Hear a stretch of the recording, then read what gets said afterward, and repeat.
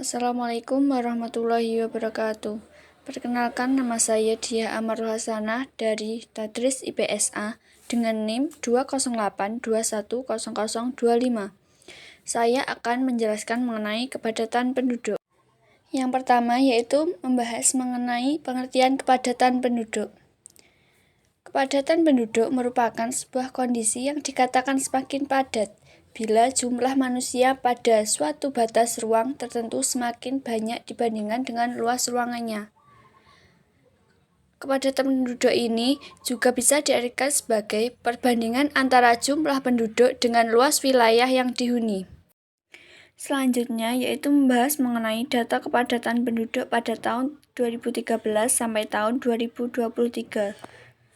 Kepadatan penduduk di Indonesia terus mengalami peningkatan setiap tahunnya, yang berdasarkan laporan Badan Pusat Statistik atau BPS, kepadatan penduduk di tanah air ini diperkirakan mencapai 147,27 orang per kilometer persegi pada tahun 2023. Angka itu mengalami kenaikan sebesar 1,08% dari tahun sebelumnya yang sebesar 145,7 orang per kilometer persegi.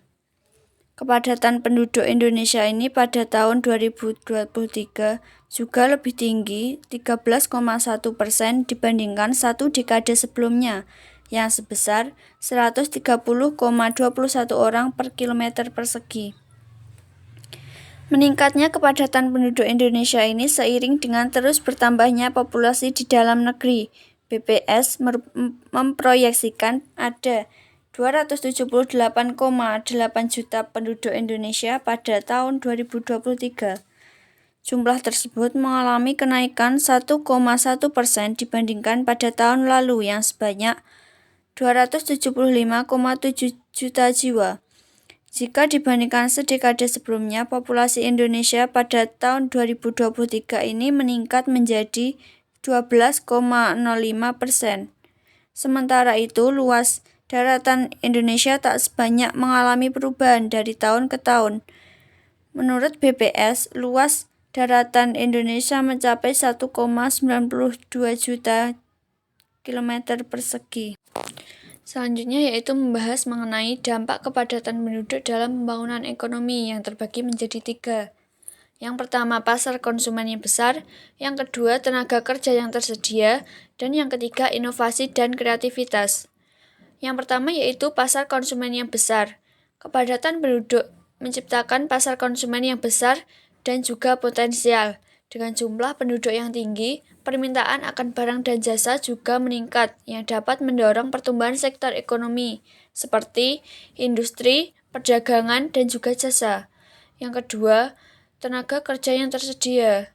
Kepadatan penduduk menawarkan potensi sumber daya manusia yang melimpah.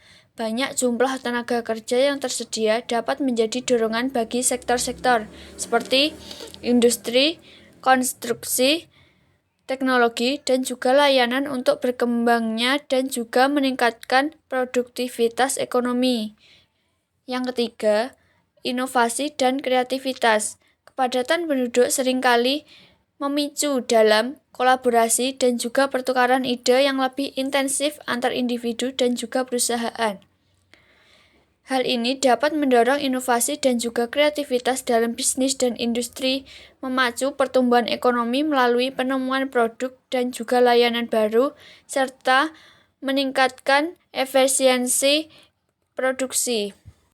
Selanjutnya yaitu membahas mengenai solusi dari dampak permasalahan tersebut.